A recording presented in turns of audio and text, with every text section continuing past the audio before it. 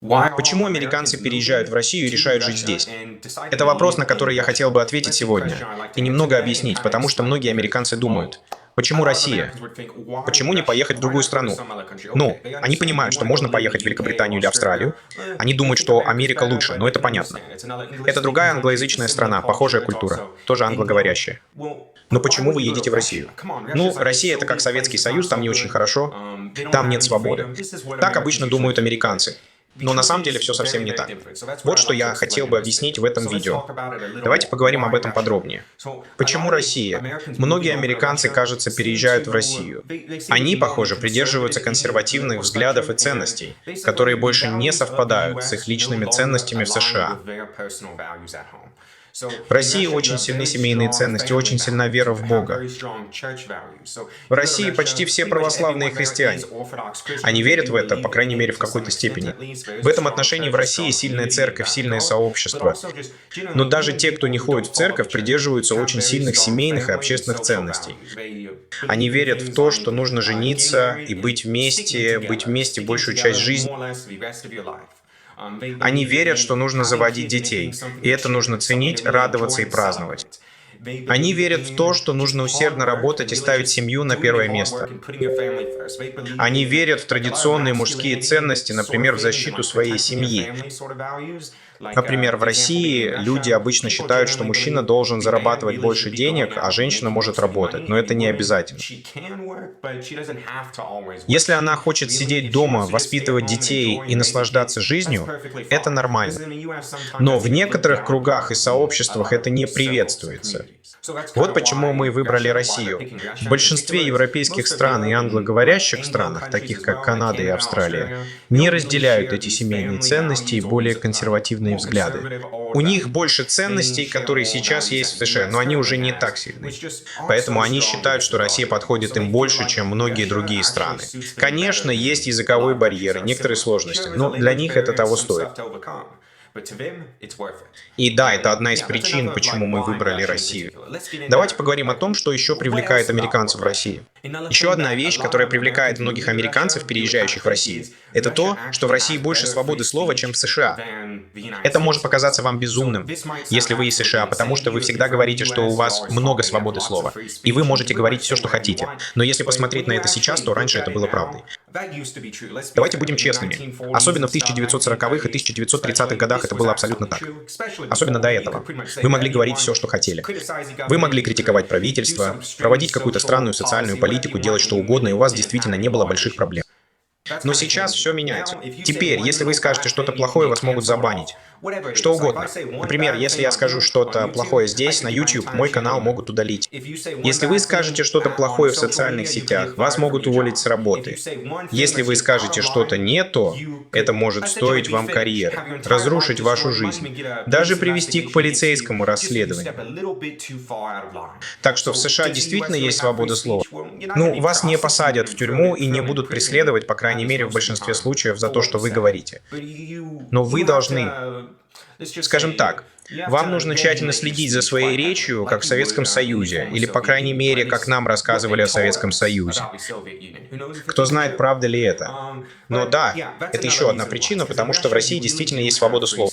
Если вы говорите что-то, что дестабилизирует страну, то, возможно, у вас будут небольшие проблемы. Но если вы делаете что-то хорошее для страны, людей, и придерживаетесь общественных ценностей страны, вы можете говорить все, что хотите. Если вы критикуете какие-то вещи, они не против. Если вам нравятся консервативные социальные или семейные ценности, и вы считаете, что люди, переезжающие в Россию, поступают правильно, то можете говорить что угодно. И никто не будет вас ограничивать. Но если вы, например, придерживаетесь противоположных взглядов, у вас нет традиционных или консервативных ценностей, и вы приезжаете в Россию и начинаете пропагандировать, скажем, ЛГБТ-сообщество, трансгендерность и так далее. И делаете это очень агрессивно, громко, то к вам могут прийти и сказать: «Эй, успокойся, мы не хотим, чтобы ты это пропагандировал». И на этом все. Но они хотя бы придут, предупредят вас и скажут: «Эй, хватит, нам это не нравится». В США все не так. Они просто не скажут вам, если вы говорите что-то плохое, а просто придут и разрушат вашу жизнь. Или распространят это, и вам конец. Так что свобода слова в России, особенно для этих людей, на самом деле довольно хороша. И, на мой взгляд, лучше, чем в США. Потому что если вы скажете что-то не то, вам скажут, что вы сказали что-то не то, и оставят это между вами и вами поговорят.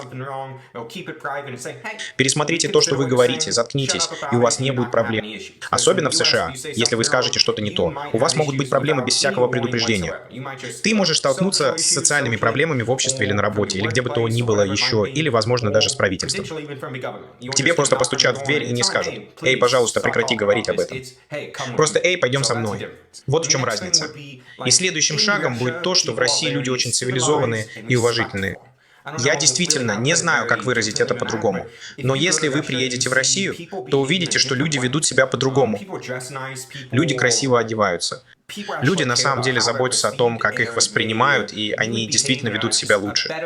Они заботятся о хороших манерах. И да, они уважают свое общество. И я люблю людей в нем. Так что если вы проедетесь по США, вы увидите, что люди на самом деле не так хорошо одеты, не слишком заботятся о себе и большую часть времени ведут себя агрессивно.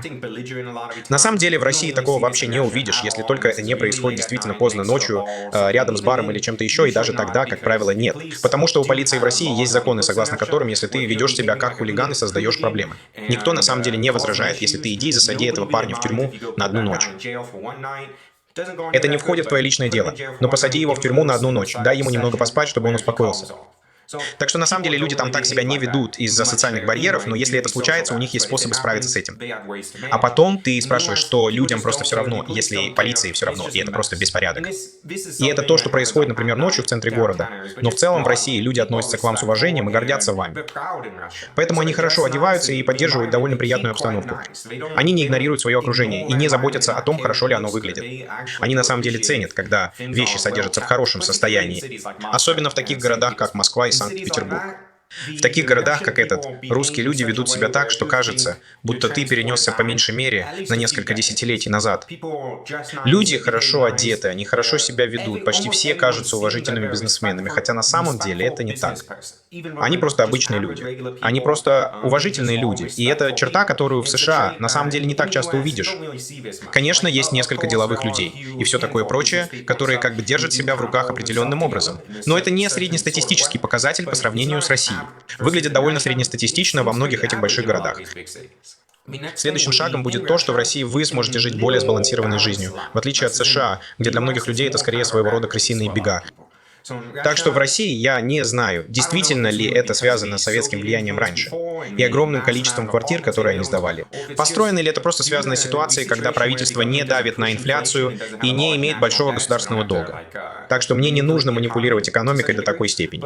Но жить там на самом деле не обязательно. На то, что ты зарабатываешь в России, ты можешь жить намного лучше, чем в США, если ты обычный человек. Жилье здесь дешевле, еда дешевле, и в целом качество жизни намного лучше. Например, в большинстве регионов России электричество и отопление практически бесплатные. И это одна из причин, почему многие американцы, переезжающие в Россию, остаются здесь. В США они работают по 40, 50, 60 часов в неделю. У них почти нет времени на семью, на детей, на домашние дела. И это действительно так. Они не могут откладывать деньги, не могут путешествовать, не могут наслаждаться жизнью. Вам всегда говорят, что в Америке есть американская мечта, что там все процветает. Но это правда только для тех, кто работает на высокооплачиваемой должности или владеет бизнесом, или работает в сфере технологий. Если вы не относитесь ни к одной из этих категорий, то, честно говоря, ваша жизнь не так уж хороша. Конечно, есть высокооплачиваемые государственные должности, но кто хочет быть бюрократом? В России же можно жить гораздо лучше за меньшие деньги. Особенно если вы американец, у вас наверняка есть какие-то дополнительные навыки, которые можно использовать здесь, а также вы можете работать онлайн. Многие люди, переехавшие в Россию, программисты, они обычно самостоятельно изучают программы в США и часто работают над криптовалютными проектами или чем-то подобным. Так что они могут работать удаленно. И жизнь в России действительно дает им возможность получать достойную зарплату, даже если она не очень высокая. И, конечно, если вы живете в маленьком российском городе, говорите только по-русски, и ваша семья тоже здесь, то вам не захочется уезжать. Но в России жизнь не такая напряженная. Ты не чувствуешь, что тебя затягивает в эту бесконечную гонку, где все только дорожает. Цены растут каждый год на 10-20%. В России все по-другому. Цены относительно стабильны. Конечно, цены на квартиры в центре Москвы и Санкт-Петербурга выросли, но если вы отойдете от центра всего на несколько километров, то цены на жилье не менялись уже лет 5-10. Поэтому стоимость жизни в России не растет так стремительно, как в западных странах, потому что у нас не так много иммигрантов. У нас не так много иммигрантов. Поэтому цены остаются относительно стабильными, и это позволяет не участвовать в этой бесконечной гонке. Когда вы получаете прибавку к зарплате или немного откладываете, это действительно что-то значит в России. В США инфляция съедает все, цены растут, и вы остаетесь в том же положении, что и раньше. Еще одна вещь, которую многие люди ценят, и я в том числе, это русские люди. Если вы живете в США, возможно, вы не встречали много русских. Может быть, вы встречали русских иммигрантов или что-то в этом роде. Но вы, вероятно, не встречали много настоящих русских, которые живут в России или жили там раньше. Я живу в Таиланде, как и во многих других странах мира, в том числе в Турции, и я встречал много русских и, конечно, в России. Русские люди очень отличаются. Они очень честные, прямолинейные и искренние. Это то, что я очень ценю. Как я уже сказал, они воспитанные, культурные и хорошо одетые люди. Если вы встретите их на пляже, например, в Индии, на Гоа или на Пхукете в Таиланде, они не будут хорошо одеты, они могут быть немного расслаблены. Может быть, они немного перебрали с алкоголем или чем-то подобным. Но когда они одеты хорошо, они воспитаны и всегда, на мой взгляд, кажутся очень умными.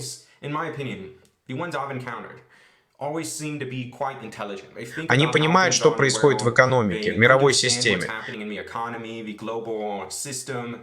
Они в курсе событий. Может быть, это потому, что в США больше пропаганды, а может быть, потому, что они просто больше подвержены давлению и так далее.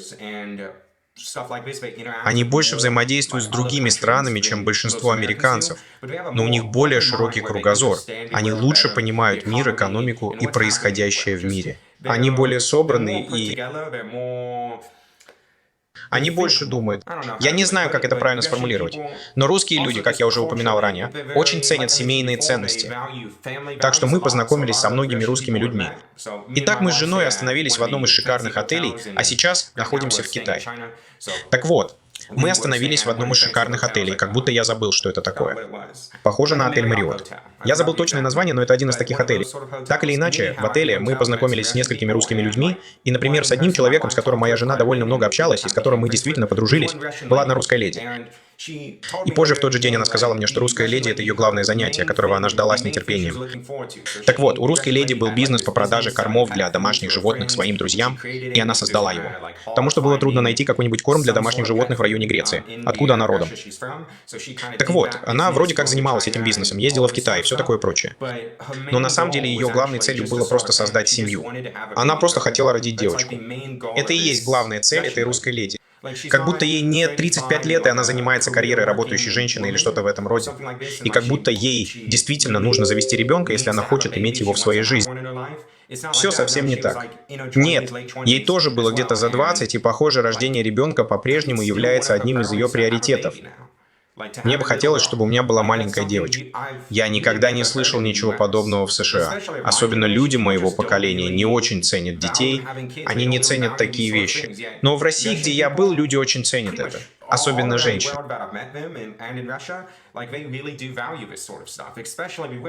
Они ценят детей, они ценят семью. Все заботятся о молодежи. В западных странах такого уже нет. И еще русские люди очень добрые и отзывчивые. Многие говорят, что они холодные и неприветливые.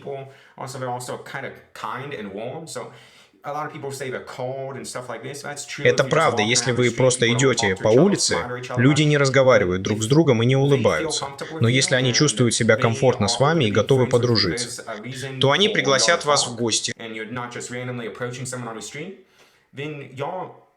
И их мама приготовит для вас ужин. Это очень теплая семейная атмосфера, и это свойственно только России и Восточной Европе. К сожалению, в большинстве стран мира это утрачено, особенно в западных странах, в развитых странах. И еще одна вещь, которая нравится многим людям. В России не нужно слишком сильно интересоваться политикой. Многие этого не понимают, но в США, если вы переезжаете из одного штата в другой, вам нужно менять права и документы. Такое случается только в США и нескольких других англоязычных странах. Если вы приедете в Россию, то увидите, что вся страна использует одну и ту же систему. Там нет таких странных законов, когда вы путешествуете между разными штатами. Нет, это все одна система, одни и те же законы, все в значительной степени идентично. Так что в этом смысле жизнь становится намного проще. Но в то же время тебе просто не нужно слишком беспокоиться о политике, особенно если ты иностранец. Например, ситуация политически стабильна, и у тебя нет. О боже, скоро будут выборы, мы позволим миллионам людей, въезжают иммигранты. У тебя нет, нет. Если этого человека изберут, он поднимет кучу налогов. У тебя нет всей этой неразберихи и подобного ужаса. Это просто звучит так. Эй, этот парень президент, Путин президент. Он выполняет свою работу, он уже давно этим занимается, и у него это получается довольно неплохо. И тебе не нужно слишком много об этом думать. Похоже, это еще одна вещь, которая нравится многим людям. Если ты отправишься туда, то сможешь забыть о политике. Это не твое дело. И на самом деле это не так уж сильно на тебя влияет. Особенно если ты придерживаешься консервативных взглядов или ценишь семейные ценности.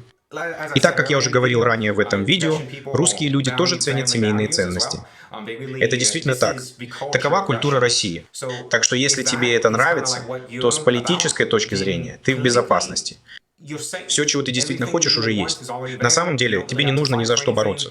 На самом деле, тебе не нужно ни о чем беспокоиться, потому что нация тоже верит в то, во что веришь ты. Ты не сражаешься против других людей в стране. Ты не сражаешься против этих других. Все выглядит так, как будто в стране царит единство. Откровенно говоря, это то, чего в Америке больше нет. Раньше у меня было... Я не знаю, когда росла моя мама, росла моя бабушка, но, к сожалению, не сейчас. Так что это еще одна вещь, которую многие американцы действительно ценят в России. И последние две вещи, о которых я хотел бы поговорить, это качество жизни и ее стоимость. Так что даже если вы остановились в таком городе, как Москва, вы можете снять квартиру. И я не говорю, что далеко за пределами центра города, как я упоминал ранее в видео. Я не говорю о том, чтобы провести 3 часа за городом или что-то в этом роде. Я говорю о том, что в городе Зависти вы можете снять квартиру стоимостью менее $1000 в месяц, но она находится в центре города. Очень удобно, рядом со станцией метро. И вы можете пойти в супермаркет и купить целую корзину, это как целая корзина продуктов примерно за $100. Если вы будете делать это в США, если вы остановитесь рядом со станцией метро, скажем, на окраине Атланты, штат Джорджия, я уверен, что там есть метро. Если вы остановитесь на такой станции метро, как там, это будет стоить по меньшей мере от $1500 до $2000 в месяц, по крайней мере. Качество жизни и уровень загрязнения в этом районе будут намного выше. Метро будет работать хуже некуда. Если ты попытаешься купить полную корзину продуктов, это, вероятно, будет стоить тебе денег. Может быть, даже $500, в зависимости от того, в каком месте ты делаешь покупки. Но в России это стоит $100. В этом нет ничего особенного. Не имеет значения, в какой магазин ты ходишь чаще всего. Полная корзина продуктов стоит $100. И это то, чего большинство людей не понимают, насколько в России все дешево. Россия производит много зерна и бобовых, и она является одним из крупнейших мировых экспортеров сельскохозяйственной продукции. Поэтому продукты там очень дешевые. Если вам нужны тропические фрукты, то они, конечно, не будут такими дешевыми.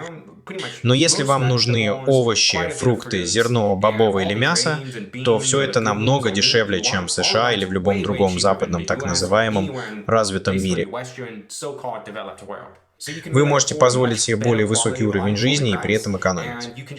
Вы действительно можете растянуть свой доллар или свой доход. Это действительно позволяет вам не жить в таком бешеном ритме, потому что все там дешевле, чем вы могли бы себе позволить. Вы можете жить там дешевле и экономить намного больше. И это я говорю про Москву. Если вы хотите поехать в один из небольших городов, например, не в Москву или Санкт-Петербург, а в один из небольших городов, то вы можете снять жилье намного дешевле, чем там. Меньше, чем за половину стоимости, и продукты там тоже будут дешевле. Если вы покупаете их на местном рынке, то они еще дешевле. Но в Москве продукты и так уже очень дешевые. Так что дешевле уже некуда. Вместо $100 вы платите 80. Но вы поняли суть. Качество по доступной цене, а стоимость жизни в России просто потрясающая. Поэтому многие люди могут позволить себе переехать туда и жить в хороших условиях. И последнее, о чем я хотел бы сказать, потому что многие могут подумать об этом, это безопасность в России. Сейчас, когда ЕС и НАТО пытаются начать войну с Россией, и ситуация с Украиной, мягко говоря, запутанная. Как обстоят дела с безопасностью в России? На улицах все в порядке. В России не так много насильственных преступлений, ограблений и прочего. Конечно, если вы не говорите по-русски и садитесь в такси без опознавательных знаков, этот парень может вас ограбить или даже угрожать вам. Это не очень хорошая ситуация. Но если вы будете осторожны и не сядете в такси, которое вам не по карману, то все будет в порядке. В России очень безопасно, на улицах нет бездомных наркоманов. Такого там просто не бывает.